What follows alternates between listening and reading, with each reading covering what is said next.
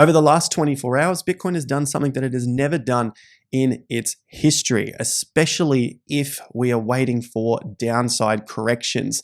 Now, I'm not saying that there are going to be no corrections for BTC. We have to be prepared for some corrections, especially after this particular signal. Now, it happens on Bitcoin, it happens on the S&P, it happens on the NASDAQ, and it happens on the Dow Jones. Basically, anything that has a chart, you can find these sorts of signals on. So I want to share that with you so that you can better prepare your portfolios for what the data is suggesting is ahead, which can be extreme volatility and can be quite difficult to navigate if you're unprepared for it.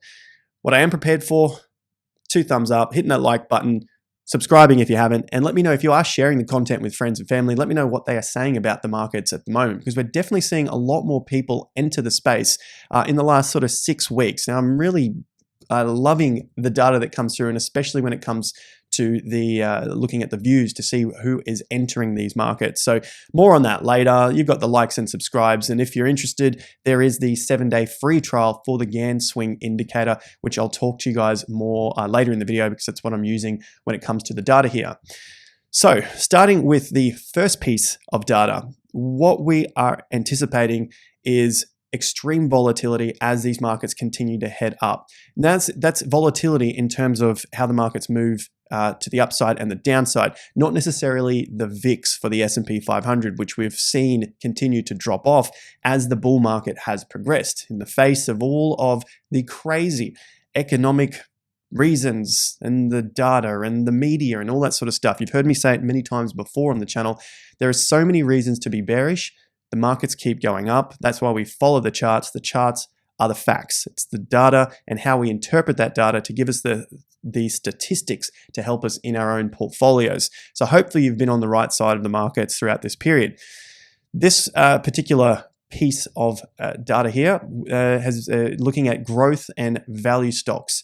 So this one shows that the growth stocks have outperformed value by more than 30% year to date through to November. This is the second biggest spread between the two factors, going all the way back to 1928. So call it 95 years of data here, bringing that all together for you. Big year for growth over value, tended to be good, not great, sign for the broader market. So still good, not great. So I'm happy with that. I'm happy to look at those things, even if they aren't completely towards our view of the market. It's good to look at both sides of the market, whether it's full to the upside or fully bearish to the downside. That's what we want to see. We just want to get a broad view of what's going on over here. So S&P 500 after growth beat value by greater than 10% year to date. First off, what the hell is growth and value if you're unsure? Example of value stock would be a bank, while an example of a growth stock would be tech. So I'm looking at this specifically because, well, we're looking a lot at crypto and Bitcoin. We consider that, I think most of us do here, as a growth potential rather than some sort of value. And we're seeing a lot of growth beating value at the moment.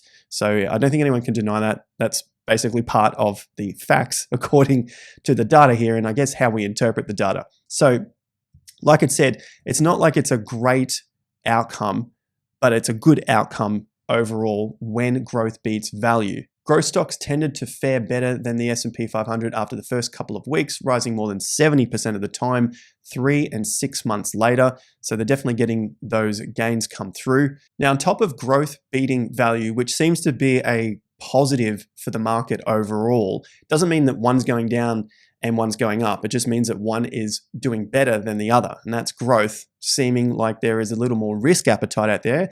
You know, we've talked about that. It's essentially what Bitcoin and cryptos want to see more of. They want to see more risk appetite come into these markets.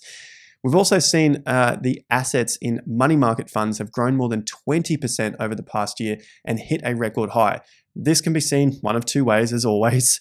More money is leaving the market and is going into money markets because they're feeling like they want safety, which then means that risk on is coming off and we're getting a risk off. However, there's a flip side to this as well. If there is more money sitting on the sidelines and the markets are continuing to go up as they are, eventually the old theory is that this money will find its way back into the market. Now, some say that this isn't a possibility because the money's going onto the sidelines. You don't need to take the risk. You can get 5% from your bank, keeping your cash on the sidelines. But eventually, and this comes down to the investor and how they want to interpret the data, not how someone else has told them. So definitely go away and do your own research on this.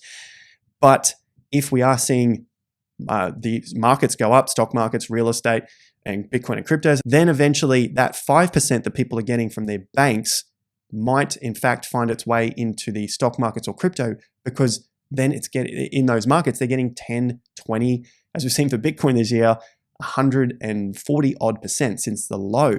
So there is a lot of money missing out on way bigger gains. And then if inflation is still above 5%, then you're still losing, keeping your money on the sidelines, just trying to get 5%, waiting for some sort of collapse. So there's two ways to look at this.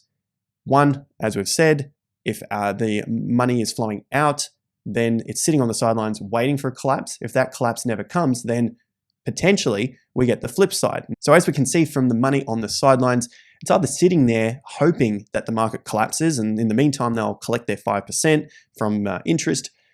But if it goes on too long and the markets keep going up, some of them might get itchy feet and want to find their way back into the markets because they've done 10, 15, 30% from the cycle low for the stock markets in October. So 30% sounds a lot better than 5% in the course of 12 months. So as I said, it comes down to your own risk appetite at the end of the day, and eventually we might see that flip as well. So big jumps in money market assets have preceded high risk, possibly a lot of high volatility, and high reward. That's potentially what we've just been looking at. There is the very strong possibility that this money on the sidelines will come back in because it's already seen the market go up. The problem with this is, and I want to look at both sides, I'm not here to be a perma bull. Sometimes this happens earlier in the piece. You had 1987 collapse, 50% in a day. Market had risen up and just got back to the new all-time highs before this signal came about. And then basically sideways for a year or two, and then the markets basically went up there from that point for about a decade. On the flip side, it can happen at the end of the cycle as well. All of this money on the sidelines getting ready for a collapse. Sometimes they get it right, sometimes they don't. We have to determine where we currently sit, and totally reasonable for many to think that this is part of one of these times, 2007, before you get the collapse in 2008. That's going to be a very individual thing. I'm obviously thinking it's the opposite based on many other data points that we've covered here on the channel. So if you haven't, make sure you hit the like and subscribe button so you can follow along with that. So that's the second massive point here before we get to those big things that haven't happened in crypto. The other one for the S&P, we're bringing this all together to have a look at a risk on appetite here. The RSI for the S&P 500, looking at this particular signal here, when it crosses below 43 on the RSI, see a little dotted line down here, and then crosses back above 60, this has been very favorable for price action. Now we've got a data set here of roughly 52, 53 years going all the way back to 1970 for when the RSI was under 43 and then flipped to over 60. Essentially, that's just showing us how strong the buying has come back into the market. Now, just summarizing it here down below, there was an average of 13% increase when this occurred. In terms of a max drawdown, average 3%. So if there was a decline, the maximum average, here you go, was 3%. The worst you got was 16%. That happened once, and then there was two other potentials here that were at double digits, 10, 16, and 11 there. But if we look at the data overall of the 27 points, 26 out of 27 being 96% showed a gain. So when this happened, 96% of the time there was a gain to the upside for the S&P. So now we've covered three different sets here. Looking at growth beating value is typically good, not great for the S&P 500. We've seen that the money markets could potentially also be good for the markets. It brings in high risk, but high reward. So this couples in with what we've been talking about when it comes to the market. And also the RSI looks like it wants to give us more gains as well. It doesn't seem like it's going to be easy gains. It seems like the emotion is going to get pretty ridiculous as these gains continue. The volatility will increase. You go from extreme greed to extreme fear, and it'll be a lot of mind games, a lot of traps being set, because as you're making those gains, it gets really emotional that I've got all this paper profit, I can't lose it. All of a sudden, the market dumps 5 or 6 or 7%, talking the S&P, and you want to get rid of it all so that you don't lose the gains. And all of a sudden, it flips back to the upside. This would be typical of what I think is happening, or what will happen 2024, 2025, 2026, because you've got that money on the sideline coming back into the market, which will then bring in that volatility, those huge swings, and basically just stopping a lot of people in and out and probably doing the wrong thing at the wrong time. What the research tells us, momentum is one of the most critical factors that affect the stock market. Once investors en masse move from a risk off to a risk on, an advance can continue to build on itself as once fearful investors move aggressively to avoid missing out. What the hell is missing out? Well, it's FOMO. They're getting FOMO, and this is what is seen in previous years. It happens across all markets because at the end of the day, we're all humans, and this is probably what we are going to experience from here, hope into optimism, into that euphoria. And in these periods, although it doesn't show it on this chart, you can get some extreme moves like we saw in 2021 for BTC, that extreme move up and then a big correction and so on and so forth, okay? So we'll continue to follow up on this so that you can understand the emotions that come through when we are investing. It's the biggest thing. Everyone thinks it's just, tell me an altcoin, I'll get in and it'll all be fine. This is the biggest part to overcome.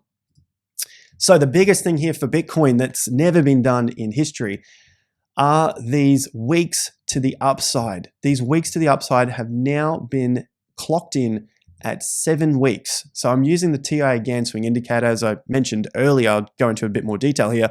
This is your 7-day free trial. The link, as always, top of the video description or in that pinned comment there. So you can check it out, and there's plenty of videos to help you understand how to use it for your trading, for your long-term investing as well. And it pretty much just saves me a ton of time. So I can go over here and I use the little gear symbol, scroll to the bottom, bar count, okay. And there we go. We're at 7. So this has never happened if the market is going to collapse again, if we're going to see the market come back down. So that can help us set our position and help us understand where to put our risk stops here. So how far down in the market should we be putting them? Well, in the past, any of these bear markets, we've never seen 7 weeks up and then collapse to a new low.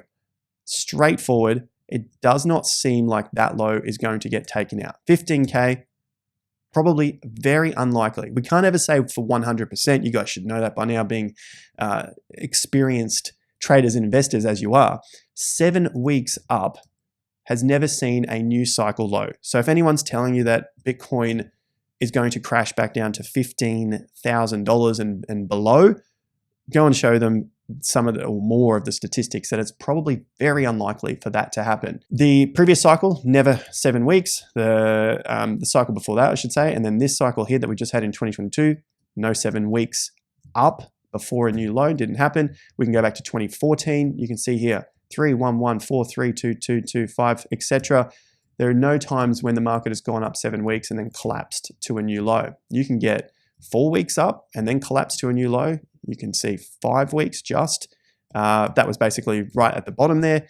But essentially, you won't see that. Now, the other flip side to this is you would typically see these number of weeks, roughly 7 or more, either at the early stage of the move or towards the end.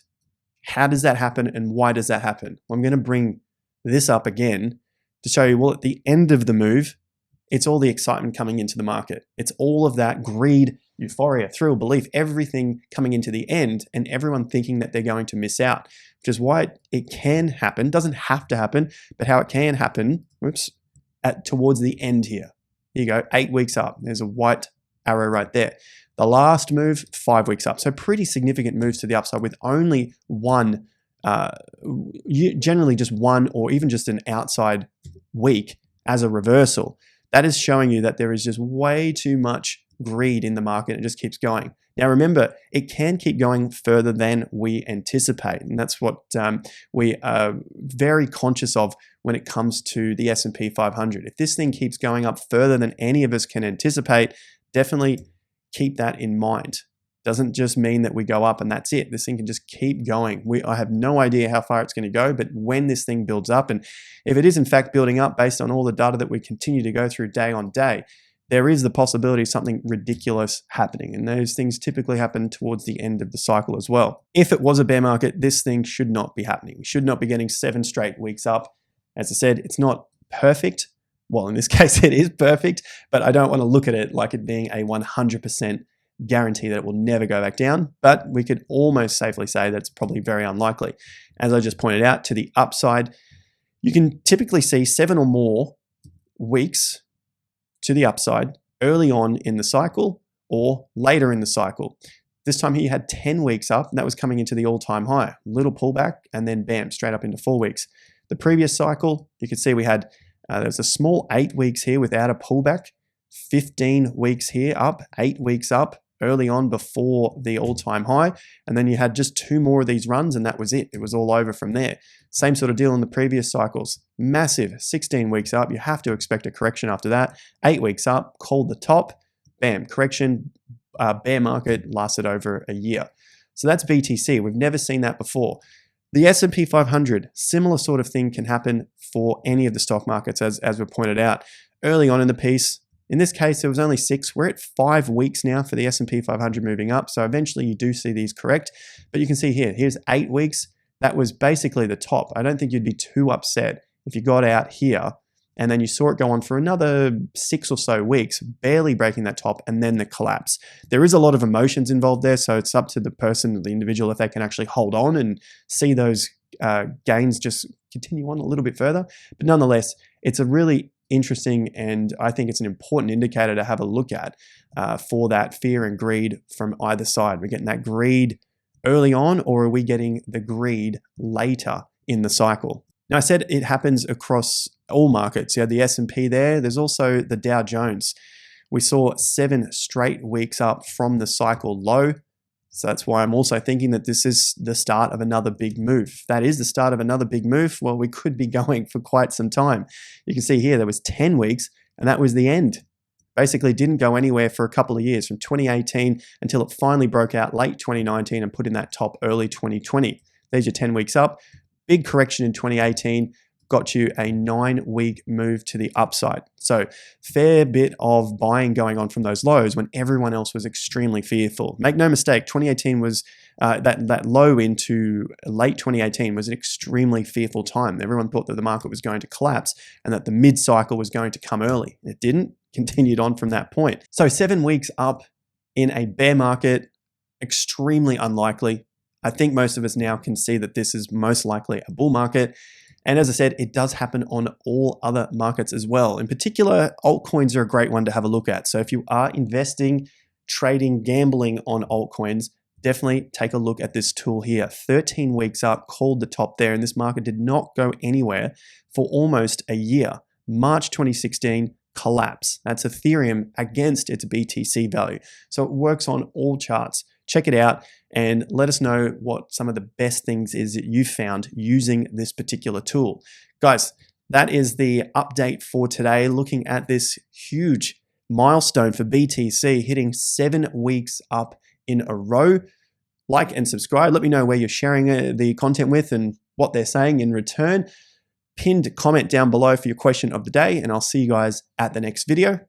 Till then, take care and peace out.